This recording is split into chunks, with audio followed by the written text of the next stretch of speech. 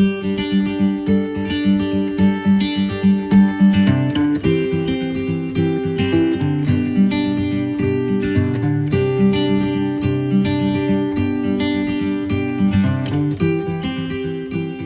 students, welcome back to your own channel, that is Biosite, and today we will discuss about the oogenesis. oogenesis को हमें दो तरीके से पढ़ना है. First with the help of line diagram and second inside the ovary. ध्यान रहे, female reproductive system की शुरुआत में मैंने आपको ओवरी के बारे में ज़्यादा डिटेल नहीं बताई थी. मैंने बोला था हम इसके बारे में आगे पढ़ेंगे. आगे हम इसलिए पढ़ेंगे क्योंकि हमें ओवरी को समझना है with the help of oogenesis. लेकिन आज इस वीडियो में हम oogenesis समझेंगे with the help of a line diagram. ध्यान देना, ये सारा सीक्वेंस वाइज है, one by one step by step चीज़ें हो रही हैं. पहले आप oogenesis समझें with the help of line diagram, तब जाके आप समझ पाएंगे oogenesis को inside the ovary. तो चलिए आज का वीडियो हम शुरू करते हैं. Let's assume this is germinal epithelium of ovary. शुरू में ही मैंने आपको बताया था कि ओवरी की जर्मिनल एपिथेलियम में केवल क्यूबॉइडल सेल्स होते हैं और उनको हम बोलते हैं oogenetic सेल. शुरू करने से पहले एक बात आपको क्लियर कर दी जाए कि there is no concept of fresh ovum in a female ovary. ये लाइन थोड़ी सी आपको अटपटी जरूर लगी, पर ये बात सच है क्योंकि मैं आपको ये चीज़ें भी बता चुका हूँ कि फीमेल के अंदर, फीमेल की ओवरी में पैदा होने के बाद उसकी लाइफ में फ्रेश ओवम नहीं बनते हैं. इनडायरेक्ट वे में आपको ये बता रहा हूँ कि फीमेल की ओवरी के अंदर ओवम उसकी एम्ब्रियोनिक कंडीशन के अंदर ही बन चुके होते हैं. इसके अलावा मेरे ख्याल से आपको यह भी पता होगा कि गैमीट फॉर्मेशन, चाहे वो स्पर्मेटोजेनेसिस हो चाहे वो oogenesis हो, there are 3 phases. First is known as multiplication phase, second is known as growth phase and the third one is known as maturation phase. तो हम यहाँ पे शुरू करते हैं. Now the first phase is, यहाँ पे फर्स्ट फेज हमारे पास शुरू होता है and that is multiplication phase. ध्यान रहे, ये फेज हो कब रहा है? ये फेज हो रहा है एट एम्ब्रियोनिक कंडीशन. क्लियर? अब जरा समझिए हो क्या रहा है. मल्टीप्लिकेशन फेज में क्या होता है? इन द एम्ब्रियोनिक कंडीशन क्या होता है? जर्मिनल एपिथेलियम, ये हमारे पास जर्मिनल एपिथेलियम है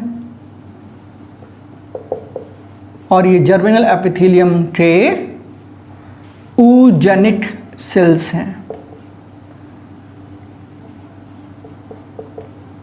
इनके अंदर क्या बनते हैं? oogonia बनते हैं. क्या बनते हैं? oogonia. और वो oogonia फर्दर मल्टीप्लाई करते रहते हैं. ये चीज़ क्लियर है? अब जरा यहाँ पे आप बात समझिए हो क्या रहा है हमारे पास यहाँ पे. एक्चुअली में एम्ब्रियोनिक कंडीशन के अंदर there are approx 6 to 7 millions of oogonias are formed. Oogonias are formed, इतनी बनती हैं उसके अंदर. क्लियर? अब होता क्या है, ये जो ओगोनियाज हैं ये एक्चुअली में फिर एम्बेडेड हो जाते हैं in the stroma. In the stroma by a cord like structure known as egg tube of Pfluger. ध्यान देना, देखिए जर्मिनल एपिथेलियम से क्या बन रहे हैं? A large number of oogonias. कितने बन रहे हैं? 6 to 7 मिलियंस ऑफ ओगोनियाज बन रहे हैं. क्लियर? सभी सेल यहाँ पे समान रूप से क्या है? oogonia है. एंड नाउ ये जो oogonia बनते हैं ये क्या हो जाते हैं? ये एम्बेडेड हो जाते हैं कहाँ पर? Stroma of the ovary by a cord known as egg tube of Pfluger. बहुत कॉन्सेप्चुअल है, बहुत ध्यान समझिएगा। अब क्या हो रहा है, ये जो ऊगोनियाज थे, काफ़ी सारे ऊगोनियाज एक ग्रुप बना लेते हैं, राउंडेड ग्रुप स्ट्रक्चर बना लेते हैं, that is known as egg nest. Clear? इस एग नेस्ट के अंदर होता क्या है, काफ़ी सारे सेल्स हैं, उनमें से कोई एक ऊगोनिया डिफरेंशिएट हो जाता है। मोस्ट इंपॉर्टेंट पॉइंट, एक ग्रुप है किसका, ऊगोनियाज का, जो कहाँ है, स्ट्रोमा में है। उस ग्रुप को क्या बोला है, एग नेस्ट। उस ग्रुप के अंदर एक ऊगोनिया डिफरेंशिएट हो जाता है and now it act as, ये मल्टीप्लाई नहीं हो रहा, ये डिफरेंशिएट हो गया है and it act as primary oocyte। Primary oocyte, और जो बाकी के सेल थे, now they start to act as a follicle cell. ये बात समझ में आए? कुछ ध्यान देना, इस चीज को आप बार बार समझिए तो आपको कॉन्सेप्ट बिल्कुल क्लियर हो जाएंगे। प्राइमरी oocyte बन गया। अब क्या हुआ, नाउ यहां तक आते आते up to this stage, this is multiplication stage, और यहां पर बर्थ हो चुका है बेबी का। क्लियर? इसका मतलब है कि बच्ची पैदा होती है विद प्राइमरी oocyte। यहां पे एक स्ट्रक्चर क्लियर कर दूं, that primary oocyte plus follicle sales. जरा बात समझिए, ग्रुप ऑफ ऊगोनियाज, उनमें से एक डिफरेंशिएट, जो डिफरेंशिएट हुआ उसे बोलेंगे प्राइमरी oocyte, और जो डिफरेंशिएट नहीं हुए उनको हम बोलेंगे फॉलिकल सेल्स।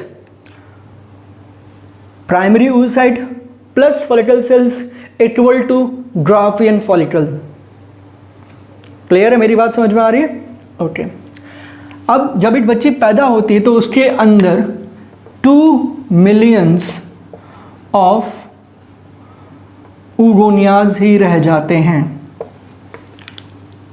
क्लियर? अब बच्ची हो गई पैदा, बर्थ हो गया उसका। क्लियर? यहां तक मेरे ख्याल से आपको समझ में आ गया होगा। थोड़ा सा लाइन टेढ़ा बन गया।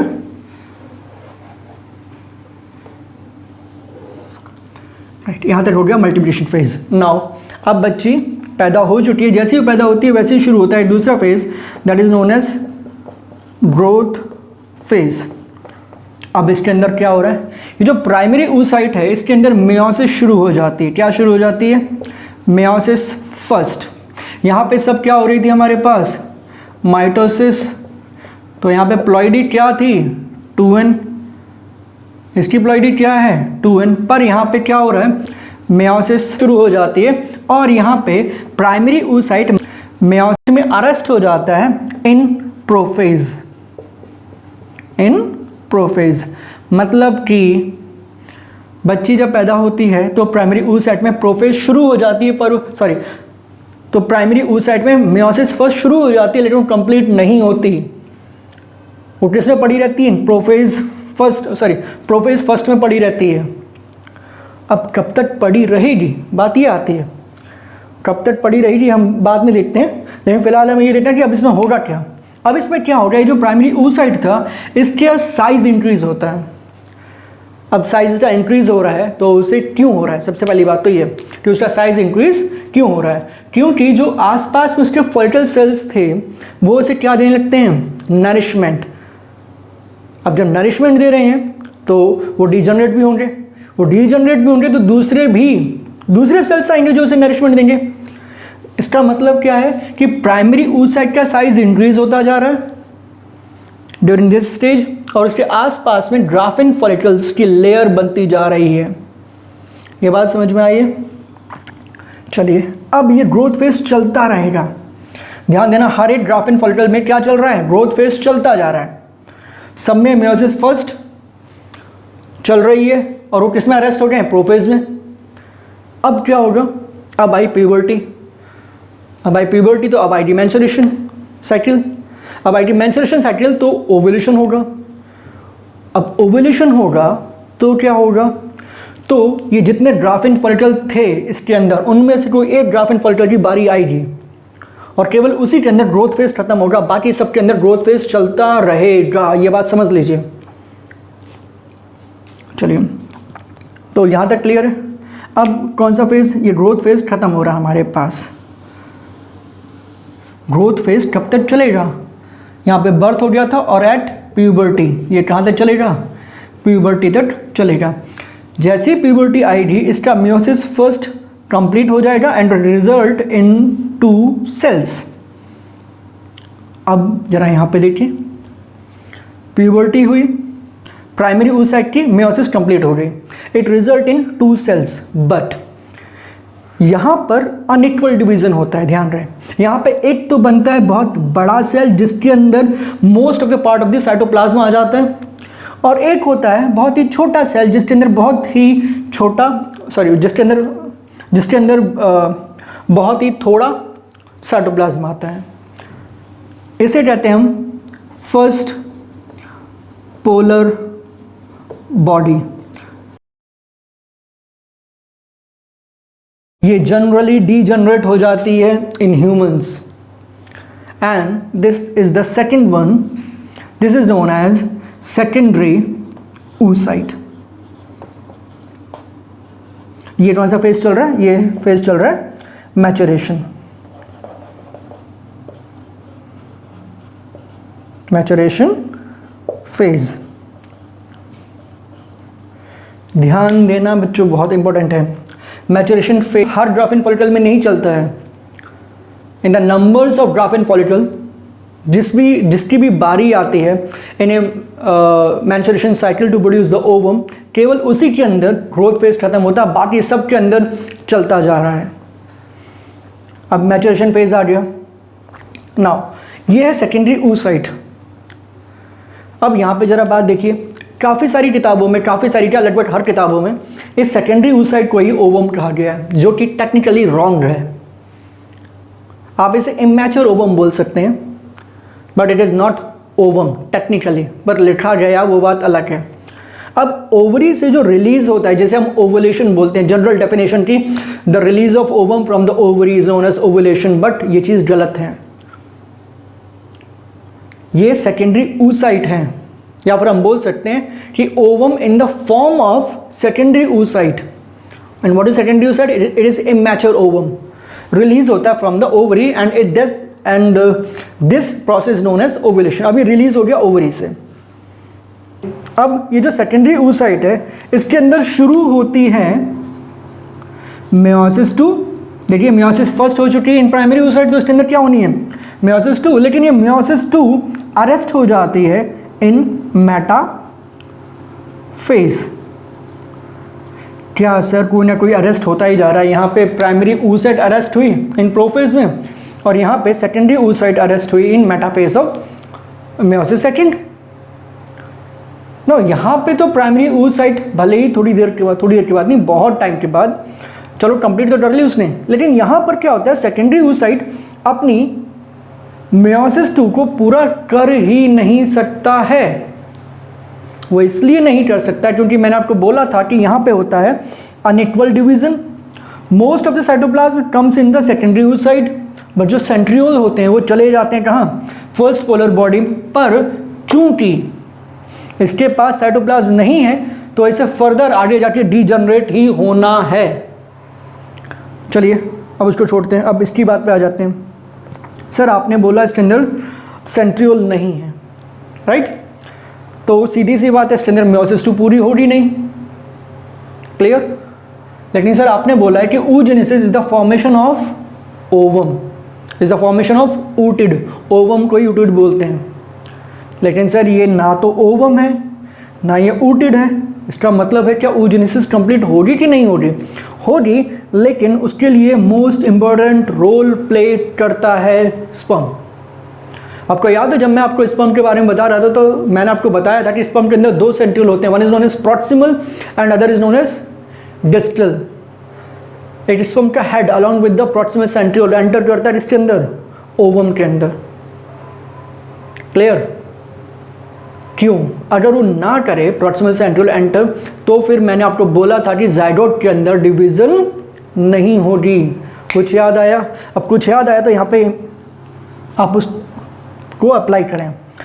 अब यहाँ पे अगर आएगा sperm, this is the main hero of the story, right.